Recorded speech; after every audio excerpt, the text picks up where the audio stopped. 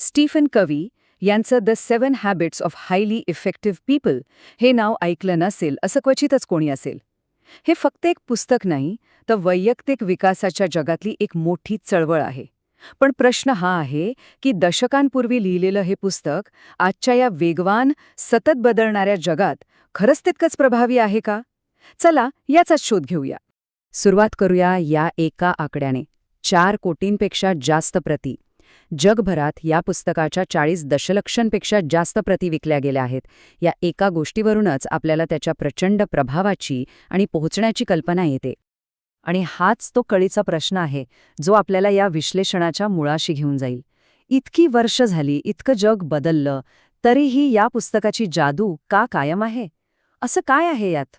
ठीक आहे, चला तर मग यात जरा खोलवर शिरूया.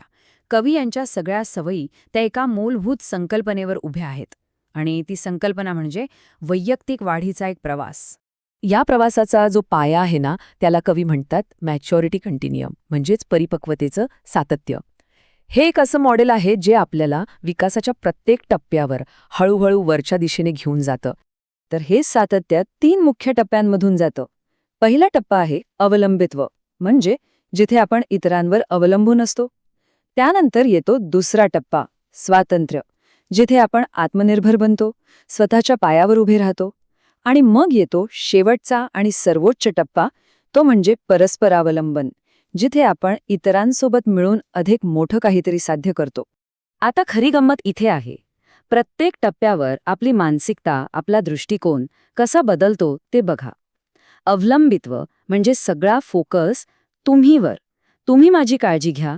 स्वातंत्र्य म्हणजे सगळा फोकस मीवर, मी हे करू शकतो. आणि परस्परावलंबन म्हणजे फोकस आपणवर येतो, आपण मिळून हे करू शकतो. हा जो दृष्टिकोनातला बदल आहे ना, तोच सगळ्यात महत्वाचा आहे. तर मग या प्रवासात कवींच्या 7 सवयी आपल्याला नक्की कशा मार्ग दाखवतात?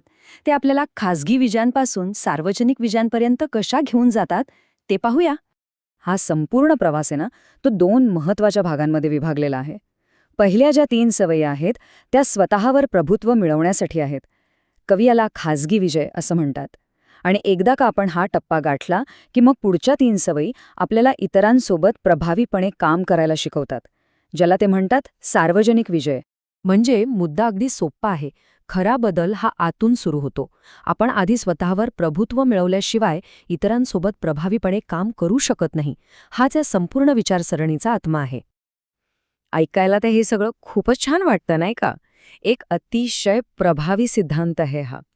पण आजच्या जगात जिथे प्रत्येक गोष्टीला पुरावा लागतो, तिथे या सिद्धांताला विज्ञानाचा आधार आहे का? या कल्पना खरंच विज्ञानाच्या कसोटीवर टिकतात का? चला तपासूया.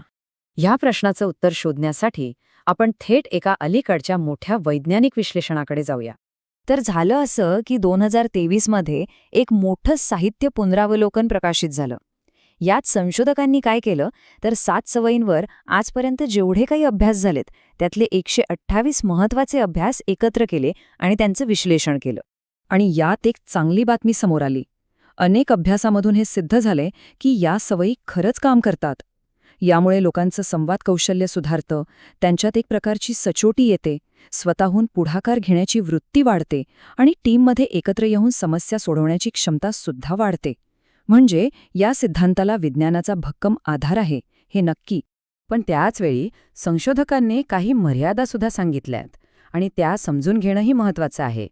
जसं की अनेक अभ्यास हे लोकांनी स्वतः दिलेल्या माहितीवर अवलंबून आहेत, त्यामुळे त्यात थोडासा पक्षपातीपणा असू शकतो.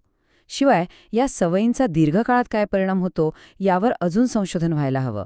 आणि हो, बहुतेक संशोधन हे पाश्चात्य देशांमध्ये झालंय, त्यामुळे वेगळ्या संस्कृतीत ते तितकंच प्रभावी ठरेल का हेही पाहावं लागेल. पण कवी यांचा प्रवास इथेच संपत नाही. काही वर्षांनी त्यांनी ह्या चौकटीत अजून एका महत्त्वाच्या सवयीची भर घेतली, आणि ही सवय या संपूर्ण प्रवासाला एक वेगळ्याच उंचीवर घेऊन जाते. आणि ती आहे 8वी सवय, जी आपल्याला सांगते की स्वतःचा आवाज शोधा आणि इतरांना त्यांचा आवाज शोधण्यासाठी प्रेरित करा. याचा अर्थ काय? तर केवळ प्रभावी बनून थांबू नका. स्वतःची खरी आवड, खरी प्रतिभा काय आहे ते ओळखा आणि मग इतरांनाही त्यांची प्रतिभा शोधायला मदत करा. म्हणजे बघा, हे फक्त स्वतःच्या यशापुरतं मर्यादित नाहीये, तर खरी महानता इतरांना त्यांची क्षमता ओळखायला मदत करण्यात आहे. हा वैयक्तिक यशाच्या पलीकडे जाऊन समाजासाठी योगदान देण्याचा विचार आहे. आणि शेवटी हाच प्रश्न आपल्या प्रत्येकासाठी आहे. आपला स्वतःचा आवाज काय आहे? आपली खरी आवड, आपली खरी क्षमता काय आहे? आणि त्याहून महत्त्वाचं म्हणजे आपण आपल्या आजूबाजूच्या लोकांना त्यांचा आवाज शोधायला, त्यांची क्षमता ओळखायला कशी मदत करू शकतो. विचार करायला लावणारी गोष्ट आहे, नाही का?